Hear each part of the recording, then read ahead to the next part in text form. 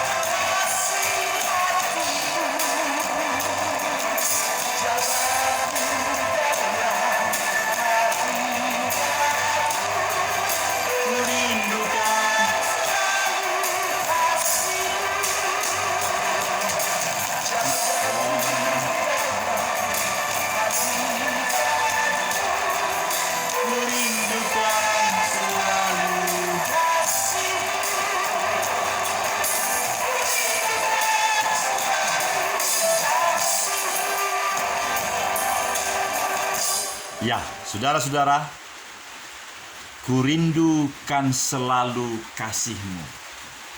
Kurindukan selalu hadirat-Mu.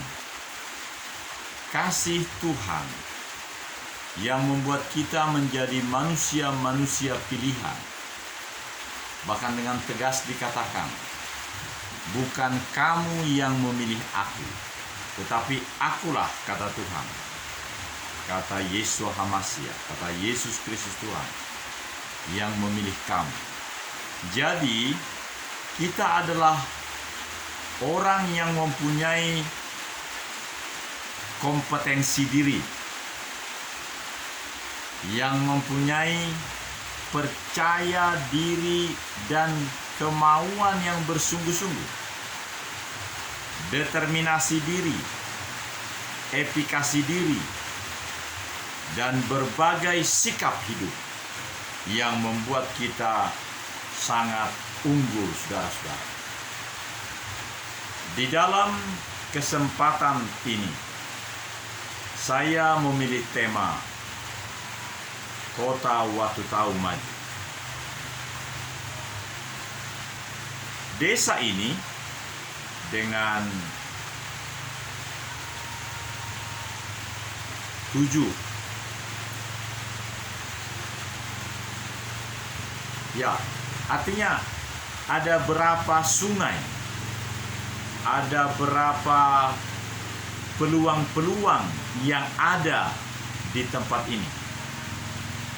Kita bisa menyaksikan megalitik, peradaban-peradaban yang lama yang pernah ada lebih dari 300 tahun yang lalu, yang masih ada, yang bisa dikembangkan menjadi objek wisata. Dan itu tentunya dengan kemauan yang sungguh-sungguh dari seluruh warga dan kelompok lain yang memberikan inovasi dan juga modal. Mari kita lihat seperti rumah ini. Rumah ini tentu ada dengan pola seperti ini, karena memang inilah pola di sini. Saya pribadi menikmati, merasakan keunggulan di dalam mengunjungi rumah-rumah, menikmati keteduhan di rumah-rumah di sini seperti ini. Pertanyaan, apakah juga warga desa yang biasa seperti ini? Biar saya buka jendela ya.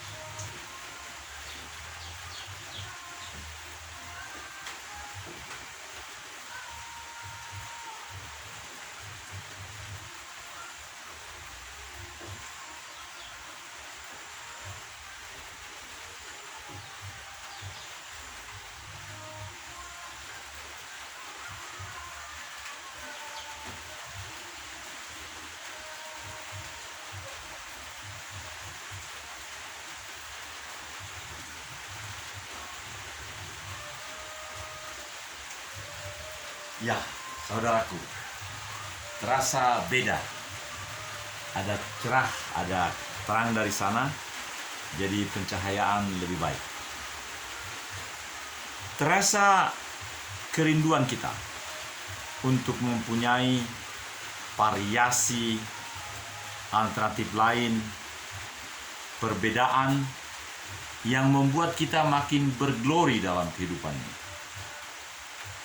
Tentu itu jugalah yang diharapkan dalam perkembangan kehidupan, infrastruktur, dan peningkatan kesejahteraan, peningkatan perekonomian desa ini.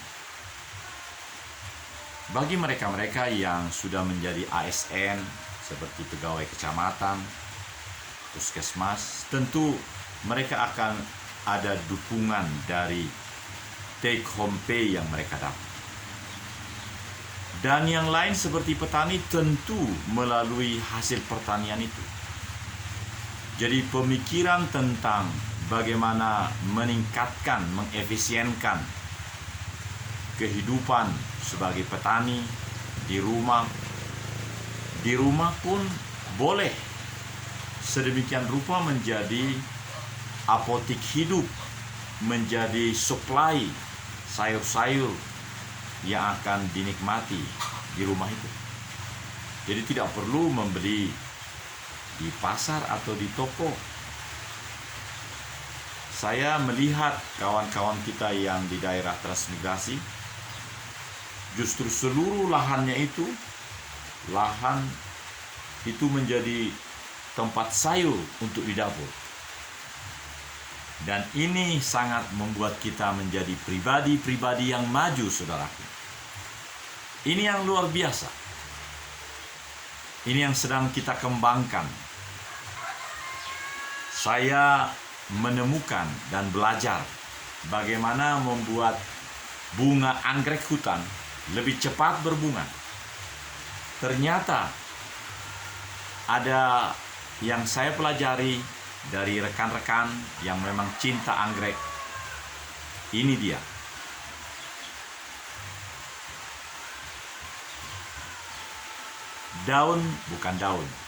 Kulit pisang yang disuer-suer dan kemudian dijemur.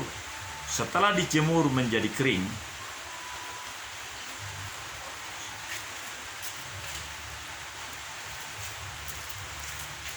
ini nanti setelah menjadi kering, ini dipotong-potong, dicincang. Dan itu menjadi media bagi anggrek itu. Artinya dimasukkan di dalam wadah akarnya atau batangnya. Di batang itu tentu ada arang, mungkin tanah sedikit. Nah, ini dimasukkan. Itu dengan cepat akan merangsang, menstimulus anggrek itu untuk berbunga. Artinya, saudaraku, maukah kita membuka hati, memberikan waktu untuk melatih diri, mendengar dan belajar? Ini yang menarik, saudara-saudara. Sehingga anggrek yang dari hutan, yang dibawa ke rumah, bahkan di seluruh rumah di depannya itu ada semacam kewajiban untuk membuat taman yang diamankan sehingga ayam tidak bisa masuk. Nah, tetapi anggrek itu tidak ditempelkan di pohon hidup, sehingga dia kekurangan aroma kehidupan. Bahkan penutup itu membuat anggrek itu tidak mempunyai kebebasan merasakan hangatnya matahari, karena anggrek itu ternyata perlu suasana angin, suasana sinar, air hujan, dan seterusnya, membuat dia wajar hidup. Dan juga mendapatkan ini dari para pelatih-pelatih pertanian, penyuluh-penyuluh pertanian. Saudara-saudara, berikut nanti kita akan mendengar lagi pujian, penyembahan yang membuat kita makin mengintensifkan diri, merasakan kerinduan kepada Tuhan, menjadi bagian kita untuk membangun desa ini. Saya setiap hari, setiap saat, baik di Bandung maupun di sini, bahkan di tempat yang kami yang baru, seluas 23 meter kali 30, cukup representatif. Di situ segera akan kami lakukan berbagai contoh-contoh. Kiranya Tuhan memberkati. Kita dengar ini.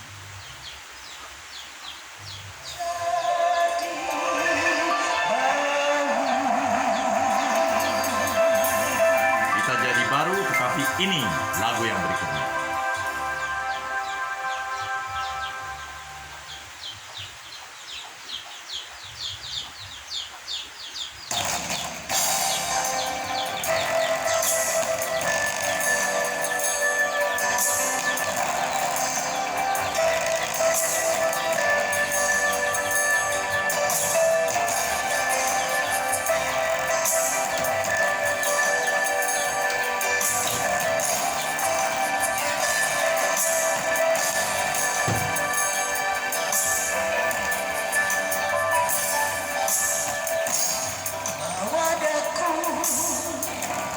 Masuk ke dalam hadiratmu,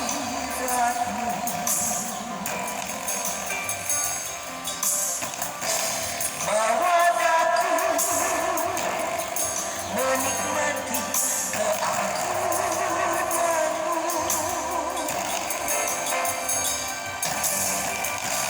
Bawa daku masuk ke dalam rencanamu.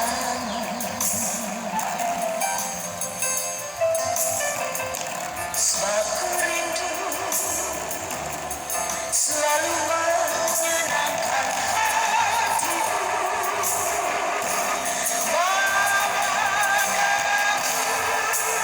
Terbang tinggi dengan sayap Raja Wali.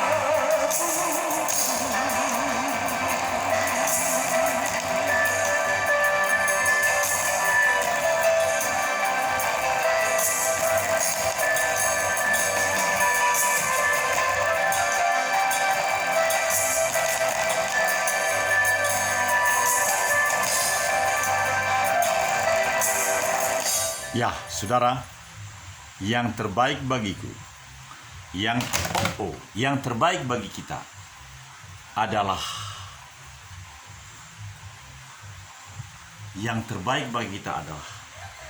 yang menyenangkan hati Tuhan, duduk di kaki Yesus mendengarkan firman-Nya, dan yang ketiga, melakukan perbuatan-perbuatan yang memang menyenangkan, memuji namanya. Saudaraku, rencana Tuhan itu yang ada di alam ini, di alam desa ini, di alam kota Watutau ini. Dan itu diikuti oleh setiap sumber daya manusia, infrastruktur, dan segala yang ada di sini, sehingga terjadilah kesempurnaan di dalam rencana Tuhan itu. Karena rencana Tuhan itu adalah yang terbaik bagiku. Ada memang yang kita lakukan dalam hidup kita yang menjadi suatu yang unggul dalam hidup pribadi kita. Dan itu dikatakan rencana individu.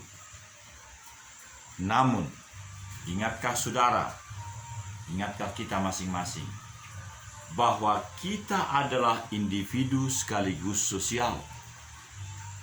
Tidak ada sikap individu saja, individu doang.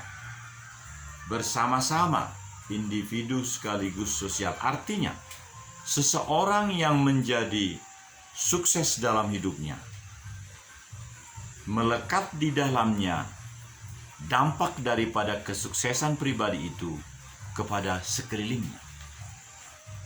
Jadi seorang bupati akan sukses menyelenggarakan tugasnya bersama dengan seluruh masyarakat yang dilayaninya sebagai pelayan utama dan terutama, sehingga semuanya bersama-sama menjadi bergotong royong dan merasakan kesuksesan bersama-sama sesuai dengan bagian masing-masing.